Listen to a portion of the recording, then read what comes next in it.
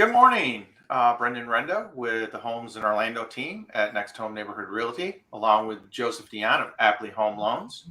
And we had some interesting news this week. Home buyer sentiment actually leveled off and went up a little bit. Hey, interesting. Wonder what caused that. Yeah, maybe drop in interest rates. Could have an impact, maybe. Could have. It was actually very nice to see because we had gone through about almost a year of buyer sentiment, going downwards. Yep. When you look at the graph, you see here back in 2020, it was 91% of consumers felt that it was a good time to buy a home. Mm-hmm. Where were interest rates? Pretty darn low. Less than 3 on conventional, right? Yeah. Yep. And then you saw the steady decline. This was even when interest rates were low. Mm-hmm. And a lot of that was due to just not The enough competitiveness. supply Yep. and way too many buyers at low interest rates. Mm-hmm. And for over the past year or so, we had just seen a complete steady decline in the home buyer sentiment. That people just didn't feel it was a good time to buy a home. Either prices were too high, then interest rates went up too high, and it's just kind of been a difficult time for a lot of buyers, and a lot of people just stayed out of the market. Yeah. But I think what we're seeing now is, like what you and I have been hoping for is just a little bit of stabilization Mm-hmm. in the interest rates. Yeah. And I've noticed, on my webpage and just through phone calls, that once we kind of took that downturn in the Mm-hmm. past 2 weeks, people are kind of dipping their toes back in the pool. Yeah. Well, I think like what we saw too is like you kind of saw like kind of that ceiling kind of got hit, right? Rates climbed Mhm. up, went to about 7.25, 7.35, then went down a little bit. Then they went right Mhm. back up. They hit that ceiling, back down. So I think we're seeing like we're not pushing through that ceiling. And then we're seeing inventory go up, right? Like, so there's Yep. options again. So people are able to go, okay, I got pre-approved today. I know I'm not going to be priced out of the market tomorrow. Right. I think what we're going to see, everyone was expecting that big decline in prices as interest rates went up, which makes a lot of sense. But like you said, our inventory is going up, but still not at levels that you look at averages and you're like, oh, we're still 50% low what the average is for this area. So it's still technically a little bit tight, but feels a lot better. Yeah. Than it did. You can go out, I have a young couple, you and I just put under contract. And last Saturday, I think we looked at 10 properties. Mm-hmm. And all in that 300 price level, which that was it was nice because it was just, you hadn't seen that before. Yeah. So I think, our prices definitely come down. We're probably down about 5% in the area off of peak. Yeah. Which is really helping to offset that interest rate increase. Yeah. And just make it a little easier. So if we can kind of hold this pattern going into the spring, I think you're going to see people feel a little more comfortable. Like the sentiment index is showing that people are going to feel a little more comfortable, purchasing a home, not feeling like they're completely overextended. They're putting everything into their house and not going to have anything left. Yeah, exactly. Yep. So, and I think one of the other good news is, we got the FHA number, which I think went pretty close to 470. Let me just 1 second. Yeah, I went up to 472 and $30 is the floor for FHA now. So that's probably where Orange County, Seminole is going to be right in that. But you're talking we were 420, 630. So that's a $50,000 increase on FHA. Yep. You know, Which, for starting in 2023. So that'll be for case numbers assigned for 2023. yep. So that's going, that's another benefit that we've seen Mm-hmm. for the buyers and everything. Yeah. So, I think maybe next week, maybe we do some predictions and see how accurate we are for 2023. I think Okay. that could be a really Okay. interesting one Yeah. because, Where we think the state of the market's going to go. yeah. When's the Fed meeting? Is that today? I think it's next week. I think Is it next week? I could be wrong. I can't remember. We'll find out real quick. Looking at Federal Because I Reserve. think that will kind of set the tone going into next year. Yeah. Because I think a lot of people feel that we will hit a recession, which when you hit a recession, which way do rates go? Mm-hmm. Down. Yep. So it can help a lot of people who did get in recently. Fed meetings 13th and 14th next. So next week. Yep. Okay. So yeah, I think we can do a prediction show. That's always a fun one. Yeah, sure. I'm down for that. Because you kind of got to look at the past 2 years as a total anomaly. Mm-hmm. You can't base your numbers off that. So I think we kind of got to throw those two out and look back a couple more years and make the predictions. Hey, if we're here, these interest rates, we should see, I think Realtor.com was predicting about 3.9 million sales next year. Redfin, a couple I read, Redfin was predicting about a 1.4% drop in prices. Zillow's actually predicting a 5.4% increase.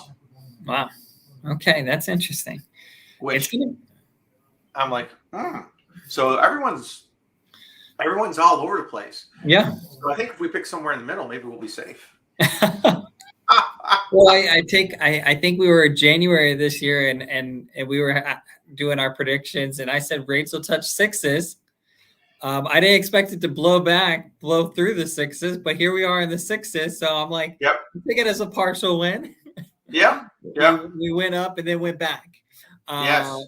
But yeah, like I think that's the big key is and that is predictions are just predictions. Like we're taking a look at the anomalies, what's happening in the environment and everything. And I think what we're seeing here is, and I think we talked about this. You and I were talking about this is kind of the volatility in the rate market lately.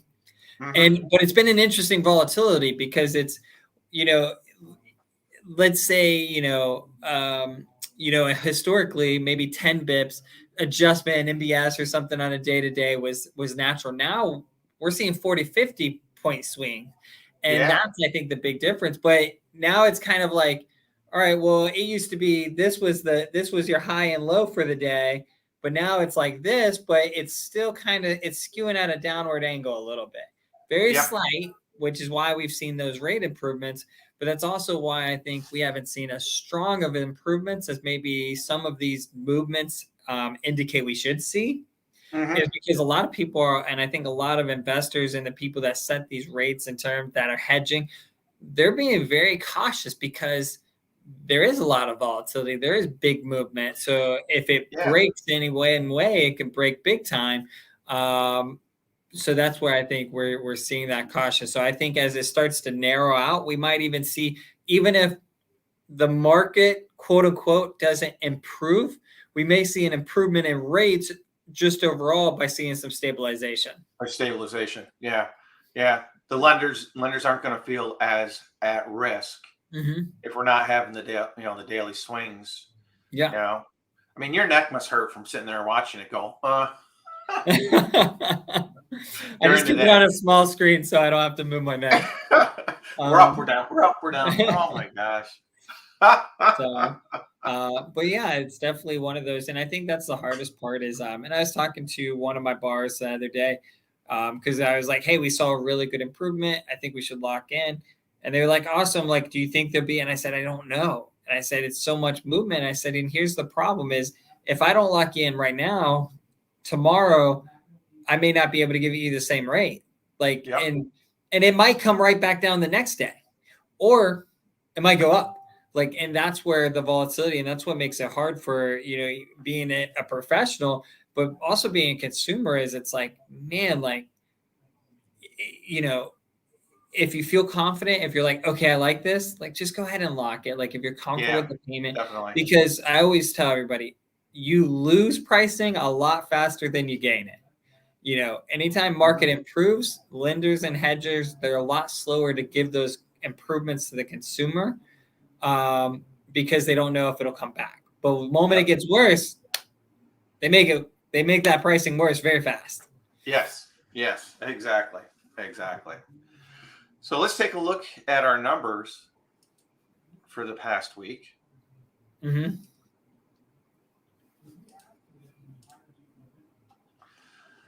So we actually snapped back the last week of November, and we jumped up to 456, which usually at the end of the month, that's when you see, the largest number of closings.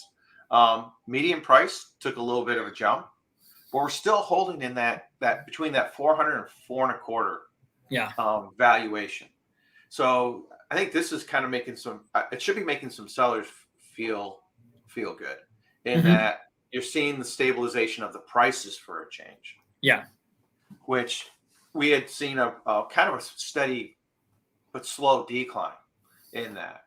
And our inventory for really the past month has kind of held steady at that 5,000 range. And we've added 100 this week, dropped about 50 this week. And usually during December, nobody wants to put their house on the market during the holidays. No one wants to move unless there's another reason, they have to or something like that. But most times people don't want to do it. But then you'll see that first weekend in January. I bet you we take a nice, 300-400 home jump in the inventory. And then your condos, same thing, kind of holding steady. They took their jump like they normally would from 100 to 154 sales. So now this was interesting. This is probably the biggest percentage drop off we've seen, in years. The original list to final sales price for that final week was actually 92.38%. So people came off, and the homes that closed came off about 8% off their original sales price. Okay. That's a big drop. But if you think about it, that's when beginning of the month, that's when we were sitting at the 7%, 7.25%. Yeah. So that's where people had to show some flexibility because the rate had gone up, and I'm sure several people all of a sudden who were pre-approved and weren't locked were like, oh, I can't qualify for the house anymore. Yeah. And then, your total final to sales price, then holding at that 96. So that's stabilized, but more people, this just means there were a lot more price decreases, for those homes that sold that final week. And then again, which is kind of typical this time of year, is we saw a jump in our average days on market to 49. We were holding about 42, 43, but we're taking that jump again. And here's where we see it graphically is, average price took a huge decrease, but here's our median again. There's that 425 level. Here's that 400 level. And we are just sitting right between there. Yep. On a weekly basis. And then here we go again with our sales dropping up. So interesting to see what next week is. I'm curious. Are we going to see that seesaw? Yeah. First week is usually, you get a few holdovers. But that first week, you usually see your numbers drop a little bit. Now, this is interesting because I've read a couple articles about foreclosures, and supposedly they're going to start hitting in January of this year. Really start hitting. If that does, that could help. It should help with the sales price, but Yeah. also help with the inventory numbers. Because when they did the moratorium and they stopped it, I think it was back in July, they still really kind of gave everybody another 6-month cushion Yeah. to try and get things straightened out. Mm-hmm. So that cushion's over. So January, we should start seeing some foreclosures. Delinquency numbers, I think I was reading we're somewhere around 2% or a little bit higher. Mm-hmm. So we'll see how that number. That's Yeah. interesting to watch going into next year. Yeah, that'll be definitely interesting. Yeah. And here's our average days on market. Okay. And you see, since July, that's really when our interest rates started to spike up. We've done a continuous increase of days on market. Yeah. So we're sitting right here, listed contracts, 49 days. Mm-hmm. Then total days on market to closing is 84. Mm-hmm. So we're taking that jump. I think we'll probably see this continue to rise going into January. Mm-hmm. But I think if rates stabilize, like we're in that roughly 6.25, between 6.25, 6.5 kind of fluctuating. Yeah, somewhere right in there for a strong credit, conventional bars. Yep. Yep. If we can stay in there, I think we'll start to see the days on market come down. Yeah. And especially if inventory doesn't take a huge leap as well, which again, we've stabilized in there. And of course, here's our inventory market. And you see, once we hit that 5,000, kind of, went up a little bit. We really kind of stabilized, and homes are selling. Homes are selling, just not as at the rate as previously. So our inventory is kind of holding steady. Yep. So overall, it's actually kind of just feels like a more normal market. Yeah, I agree. Like, there's not as much angst that we had in a number of years. Yeah. You're not worried about getting a text at 6 o'clock in the morning. Hey, this just came out of the market. Can we go see it? And having to drop everything. Let's go. We're already the 40th person in line. We'll have to go wait. Yeah. I mean, Mike, with the mobile apps, people were getting the push notifications. So the minute that those systems updated, boom, you'd be getting texts. Oh, check out this house, and you're like, hold on, okay, let's go see it. Yep, exactly. So, we definitely saw that state, and I think that's kind of where I really like to see kind of the market, at least through the end of the year, would be really, really nice to see kind of just a closeout and a very straightforward, no jump in rates, no jump in prices, no jump in inventory. Inventory is not going to jump. Like, we're not going to see it coming into. But I think if we can see rates stay stable as well, we're going to have a lot better positive outlook going into 2023 than probably where we felt a month ago or 2 months ago. And I think that's going to be, I would really like to see that consumer confidence rise back over 60%, within the next month or so. And I think that's going to be a big holding. I think the concern here is now we're going to have some other pieces, right? Like, there's talks of recession, which, I mean, technically we hit that, but nobody feels it because employment levels are still low, right? Do we see something? But now they're talking about economic growth for next year. So it's kind of like but if we're seeing more economic growth, then are the Feds going to say, wait, we got to keep increasing rates? Like, it's you're getting so many different opinions that are, just like Zillow saying 5.4 and Redfin saying negative 1.4. It's like that's a huge swing when you're looking at home prices. Yeah. Absolute huge. But one thing we're very fortunate is that Orlando, Florida overall has been an extremely steady market. Yeah. And we're seeing it continue to economically we're extremely strong. Mm-hmm. So I think, I just think we're going to have a lot more consistency than a lot of these other places, like Boise, Idaho. I mean, they're down over 20%. right Yeah. now on their peak. Yep. I mean, California is not exactly, you know, uh, their party's over in the Yeah. housing market. Their party's done. So, we've been very fortunate, and goes to an overall good, you know, good economic situation here in Florida. Yep. That's steady, consistent. Um, that should help us, not hit those lows that some other areas are going to hit. Definitely. Absolutely. Absolutely. So, well, I appreciate your time this morning. Thank Yeah. you, everyone. If you're watching on YouTube, please hit the like and subscribe. If you're watching on Facebook, give us a thumbs up. We appreciate it for joining us. Take care and have a wonderful day. Awesome.